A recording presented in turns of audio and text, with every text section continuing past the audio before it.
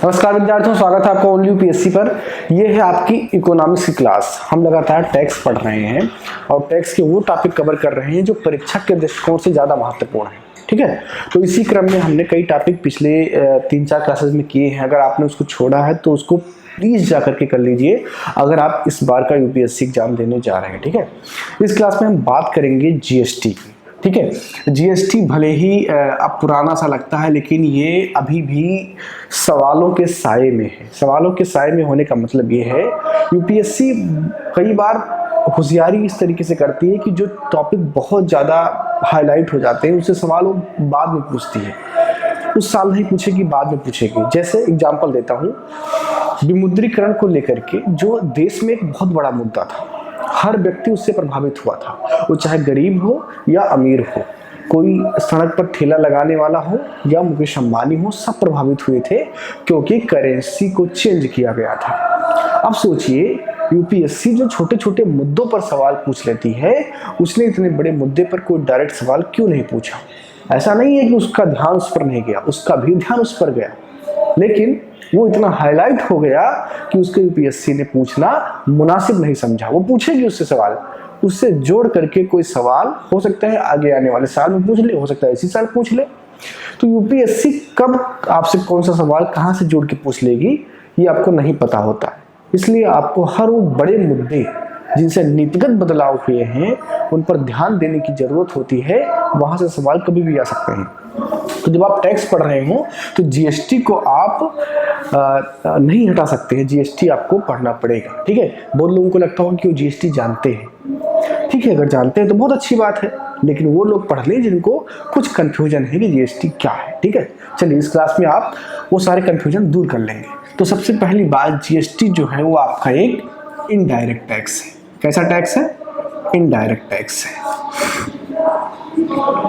अच्छा, जीएसटी की चर्चा हम शुरू करें उससे पहले ये जान लीजिए कि जीएसटी की आखिर आवश्यकता क्यों, हम क्यों जीएसटी को लागू किए, उसका फायदा कुछ होगा तभी तो लागू किए होंगे ना। तो वो फायदा क्या है उसको समझ लीजिए। देखिए, जो डायरेक्ट टैक्स होता है वो प्रोग्रेसिव होता है। क्या होता है? प्रोग्रेसिव होता है। प्रोग्रेसिव का मतलब ये होता है कि जिस व्यक्ति की आय ज्यादा है उससे ज्यादा टैक्स लेना है, जिस व्यक्ति की आय कम है उससे कम टैक्स लेना है। ठीक है ना? अब इसको ऐसे समझिए, इनकम टैक्स। तो इनकम टैक्स में क्या है कि 5 लाख तक के इनकम पर 2.5 लाख तक के इनकम तक सरकार कोई टैक्स नहीं लेती। जब 2.5 लाख से 5 लाख के बीच में जाते हैं तो आपसे सरकार थोड़ा सा टैक्स लेती है। जैसे ही 5 लाख से ऊपर जाते हैं और ज़्यादा टैक्स लेती है। और जैसे जैसे आपकी कमाई ऊपर बढ़ती हुई चली जाती है सालीना, आपसे सरकार टैक्स भी बढ़ाती चली जाती है। यानी कि जो टैक्स है वो प्रोग्रेसिव है। जितने आप बड़े हैं आपको उतना टैक्स देना पड़ेगा। शायद इसीलिए कहा जाता है पद बड़ा होने से जिम्मेदारियां भी बढ़ जाती हैं। तो यदि आपका आर्थिक पद बढ़ रहा है तो आपकी आर्थिक जिम्मेदारी भी बढ़ जाती है। अच्छा, इनडायरेक्ट टैक्स में क्या होता है कि इसको प्रोग्रेसिव बनाना बहुत मुश्किल काम है। क्यों? क्योंकि इनडायरेक्ट टैक्स आपसे डायरेक्ट नहीं लिया जाता है। आपसे टैक्स तो लिया जाता है लेकिन वो डायरेक्टली आपसे नहीं लिया जाता है। जैसे कोई सामान खरीदते हैं तो उसमें टैक्स इंक्लूड होता है। आपने सामान का पेमेंट किया, आपको लगता है कि आपने टैक्स नहीं दिया है, लेकिन आपने टैक्स दिया होता है। वो टैक्स आदमी उस सामान बनाने वाली कंपनी से ले लेती है। अब बात यह है कि अगर मैं जो अभी एक गरीब इंसान हूं, ठीक है, मैं जाता हूं कोई सामान खरीदने, तो अगर कोई शर्ट है 1000 रुपए की तो उसके लिए मुझे भी 1000 रुपये पेमेंट करना पड़ेगा। और अगर कोई आईएएस आईपीएस का जो है जाएगा तो उसको भी 1000 रुपये ही पेमेंट करना पड़ेगा। अब ये तो हो नहीं सकता कि आईएएस अधिकारी को वही शर्ट 2000 रुपये में मिले, ये पॉसिबल नहीं है। और गरीब आदमी को 500 रुपये का मिले, ये नहीं संभव है। तो इसलिए प्रयास कई सारे देशों ने किया कि अप्रत्यक्ष कर को कैसे प्रोग्रेसिव बनाया जाए ताकि गरीब आदमी को कम टैक्स देना पड़े। तो इसका तरीका ये निकाला गया कि आप जैसे गरीब हैं तो आप कार से नहीं चलेंगे, लेकिन आप नमक खाएंगे, आप सब्जी खाएंगे, आप तेल यूज करेंगे, आप फ्लाइट से नहीं उड़ेंगे। और अगर आप अमीर हैं तो आप फ्लाइट से उड़ेंगे, आप कार लेंगे, आप बड़े बड़े रेस्टोरेंट में जाएंगे, आप अलग अलग प्रकार की सर्विसेज लेंगे। तो सरकार ने जो है सर्विस और गुड्स इनको डिवाइड कर दिया। किसके आधार पर? मूलभूत आवश्यकता के आधार पर। जैसे जो बहुत जरूरी चीज है, जैसे नमक है, तेल है, चावल है, सब्जी है, इनको एक स्लैब में रखा। उसके बाद में देखा कि सर्विस में क्या क्या चीजें एक नॉर्मल इंसान को लेना पड़ता है, उसको रखा। फिर और महंगी चीज को रखा, फिर उससे महंगी चीज को रख दिया। मतलब ये कोशिश किया गया कि एक आंकड़े तक पहुंचा जाए। इससे बिल्कुल संभव नहीं है कि आप प्रत्यक्ष कर को आप प्रोग्रेसिव बना दें, लेकिन कुछ हद तक आप उसको कर सकते हैं। तो जो नॉर्मल यूज की चीजें हैं उनको सस्ता बना करके इसे प्रोग्रेसिव बनाने की कोशिश की गई। ठीक है, तो अब आप समझ गए होंगे कि जीएसटी का एक बड़ा फायदा ये हो सकता है। दूसरा फायदा ये हो सकता है, जब एक ही वस्तु पर कई टैक्स लगते हैं तो टैक्स जंजाल बन जाता है। जैसे उसको वसूलने में जो सरकारी समस्याएं होती हैं, टैक्स चोरी हो जाती है, तो इन समस्याओं से निजात मिल जाएगा यदि कोई एक टैक्स लगेगा। इसके अलावा कर के ऊपर कर की जो समस्या है, यानी कि डबल टैक्सेशन का जो प्रॉब्लम है, उसको भी दूर किया जा सकता है। क्योंकि एक ही टैक्स लगेगा तो आपको बार बार अलग अलग टैक्स नहीं देना है, और जब अलग अलग टैक्स नहीं देना है तो टैक्स के ऊपर टैक्स नहीं लगेगा। ठीक है, तो ये सारी समस्याएं एक साथ दूर हो जाएंगी। अच्छा, इसका फायदा क्या होगा? इसका फायदा ये होगा कि सामान सस्ते होंगे। जब सामान सस्ते होंगे तो क्या होगा? मांग बढ़ेगा। जब मांग बढ़ेगा तो इकोनॉमी बूस्ट करेगी। ऑब्वियस सी बात है, जब मांग बढ़ेगा और उसकी सप्लाई होगी तो इकोनॉमी बूस्ट होगी। तो ये है जीएसटी का फायदा।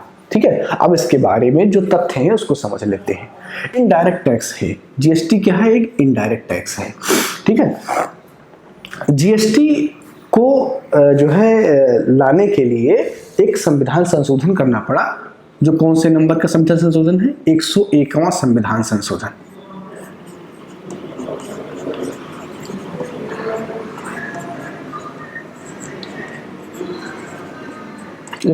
संविधान संशोधन, इसके द्वारा ही जीएसटी को लागू किया गया।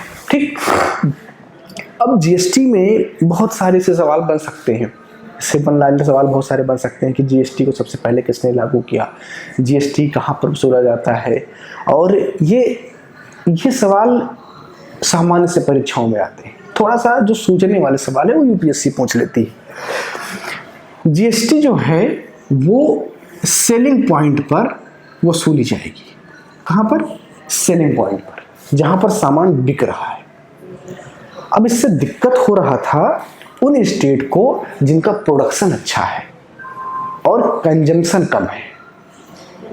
वो जीएसटी का विरोध कर रहे थे, और वो करें भी क्यों ना, उनको नुकसान होगा। प्रोडक्शन करना इकोनॉमी में एक अच्छी चीज मानी जाती है। जो प्रोडक्शन करता है उसे अच्छा माना जाता है, क्योंकि अगर प्रोडक्शन बराबर हो रहा है तो मार्केट ठीक ठाक चलता है। उससे मुद्रास्फीति कंट्रोल हो जाती है, उससे मांग की आपूर्ति तो होती ही होती है। तो प्रोडक्शन अपने आप में एक अच्छी चीज मानी जाती है। तो अगर प्रोड्यूसर नाराज हो जाएगा तो फिर सिस्टम कैसे चलेगा? तो वो स्टेट जो प्रोडक्शन कर रहे थे उनका नुकसान जीएसटी से होना तय है। ठीक है, तो नुकसान उनका क्यों हो रहा था? और वह प्रदेश जिनकी जनसंख्या ज्यादा है वह जीएसटी से खुश क्यों थे, यानी कि डांसिंग मूड में क्यों थे? इसकी वजह यह है कि कंजम्पशन पॉइंट पर, यानी कि सेलिंग पॉइंट पर या कंजम्पशन पॉइंट आप कह लें, वहां पर जीएसटी वसूली जाएगी। अब इसका थोड़ा सा मैं एग्जाम्पल करके समझाता हूँ, ज्यादा आपको बात समझ में आएगी। जैसे मान लीजिए हरियाणा है और यूपी, दो एग्जाम्पल ले लीजिए। हरियाणा में मान लीजिए कोई कंपनी लगा हुआ है जो कुछ बना रहा है, कोई प्रोडक्ट बना रहा है। अब वो जो प्रोडक्ट है वो बिक रहा है कहां पर आकर के? यूपी में। वो जो प्रोडक्ट है वो कहां पर बिक रहा है? यूपी में। प्रोडक्शन हो रहा है हरियाणा में और बिक रहा है यूपी में। टैक्स कहां वसूला जाएगा? यूपी में। यूपी की पॉपुलेशन ज्यादा है, और ज्यादा पॉपुलेशन है तो डिमांड भी ज्यादा करेगी, तो यूपी की तो बल्ले बल्ले है। अब बात हरियाणा की, हरियाणा प्रोडक्शन क्यों करेगा? उसका नुकसान होगा तो कोशिश करेगा प्रोडक्शन ही कम हो जाए। वो अपने जनसंख्या के बराबर प्रोडक्शन करेगा, बाकी प्रोडक्शन को घटा देगा, तो इससे ओवरऑल इकोनॉमी को नुकसान होगा। ठीक है, इसीलिए जो छोटे स्टेट थे जिनकी पॉपुलेशन कम थी वो इसका विरोध कर रहे थे। उनको कन्विंस करवाने के लिए भारत सरकार ने कहा कि हम 5 वर्ष तक, क्या होगा, हम 5 वर्ष तक उन्हें फाइनेंशियल मदद उनका करेंगे ताकि जो उनका नुकसान हो रहा है उसकी भरपाई की जा सके। इस बात पर स्टेट तैयार हुई कि जीएसटी लागू किया जाए। अब जिन स्टेटों की जनसंख्या ज़्यादा है उनको जीएसटी से खूब फायदा हो रहा है, जैसे उत्तर प्रदेश है, बिहार है, महाराष्ट्र है, इनका फायदा होगा जीएसटी से, क्योंकि वहाँ पर डिमांड ज़्यादा है और जहाँ पर डिमांड ज़्यादा है, कंजम्पशन ज़्यादा है, वहाँ पर ज़्यादा फायदा होगा। ठीक, तो ये हो गया कि जीएसटी में समझने वाला चीज़। इसके अलावा जीएसटी में जो फैसला होगा, जो नीतिगत फैसले होंगे कि जीएसटी में स्लैब बढ़ाना है या स्लैब को कम करना है, टैक्स रेट के क्या होगा, इसके लिए एक समिति गठित की जाएगी, एक समिति होगी और इस समिति की अध्यक्षता कौन करेगा? केंद्रीय वित्त मंत्री। इसकी अध्यक्षता करेंगे केंद्रीय वित्त मंत्री।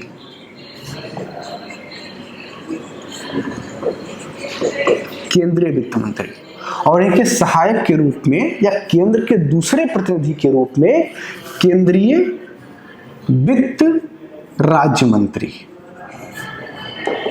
ठीक है, ये दो प्रतिनिधि केंद्र की ओर से होंगे। किसमें? जीएसटी काउंसिल में, जीएसटी परिषद में। इसके अलावा प्रत्येक राज्य के वित्त मंत्री, प्रत्येक राज्य के वित्त मंत्री भी इसके सदस्य होंगे।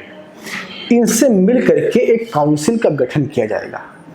कोई भी फैसला लेने के लिए मतदान होगा।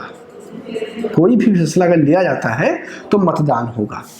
मतदान में जो केंद्रीय प्रतिनिधि है दोनों, इनका जो वोटिंग परसेंटेज है वो 33.33% होगा, यानी कि 1/3 होगा। कुल वोट का 1/3 भाग केंद्र के पास होगा और राज्यों के पास 2/3 भाग होगा, यानी कि 66.something% किसके पास होगा? स्टेट के पास होगा और 33% किसके पास होगा?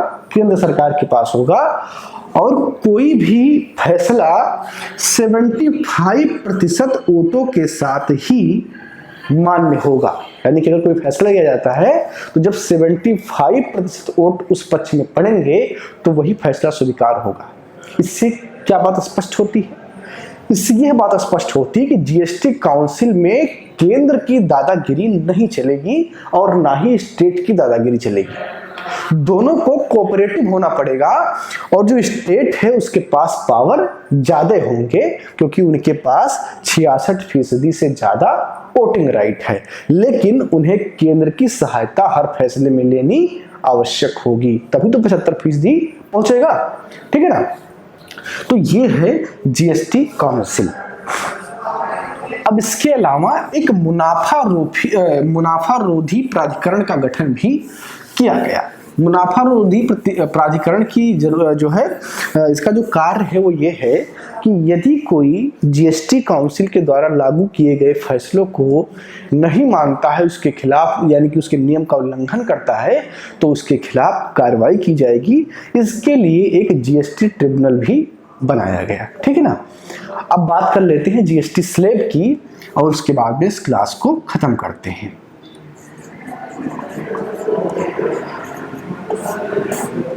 जीएसटी में जो स्लैब है, कई जगह पर आपको 5 लिखा मिलेगा, कई जगह पर 4 लिखा मिलेगा। मैं दोनों बताता हूं कि 4 और 5 क्यों लिखे हुए हैं। तो स्लैब जो है वो 5%, 12%, 18% और 28%। क्या है? 5%, 12%, 18% और 28%। ये 5 प्रकार के स्लैब हैं, सॉरी 4 प्रकार के स्लैब हैं।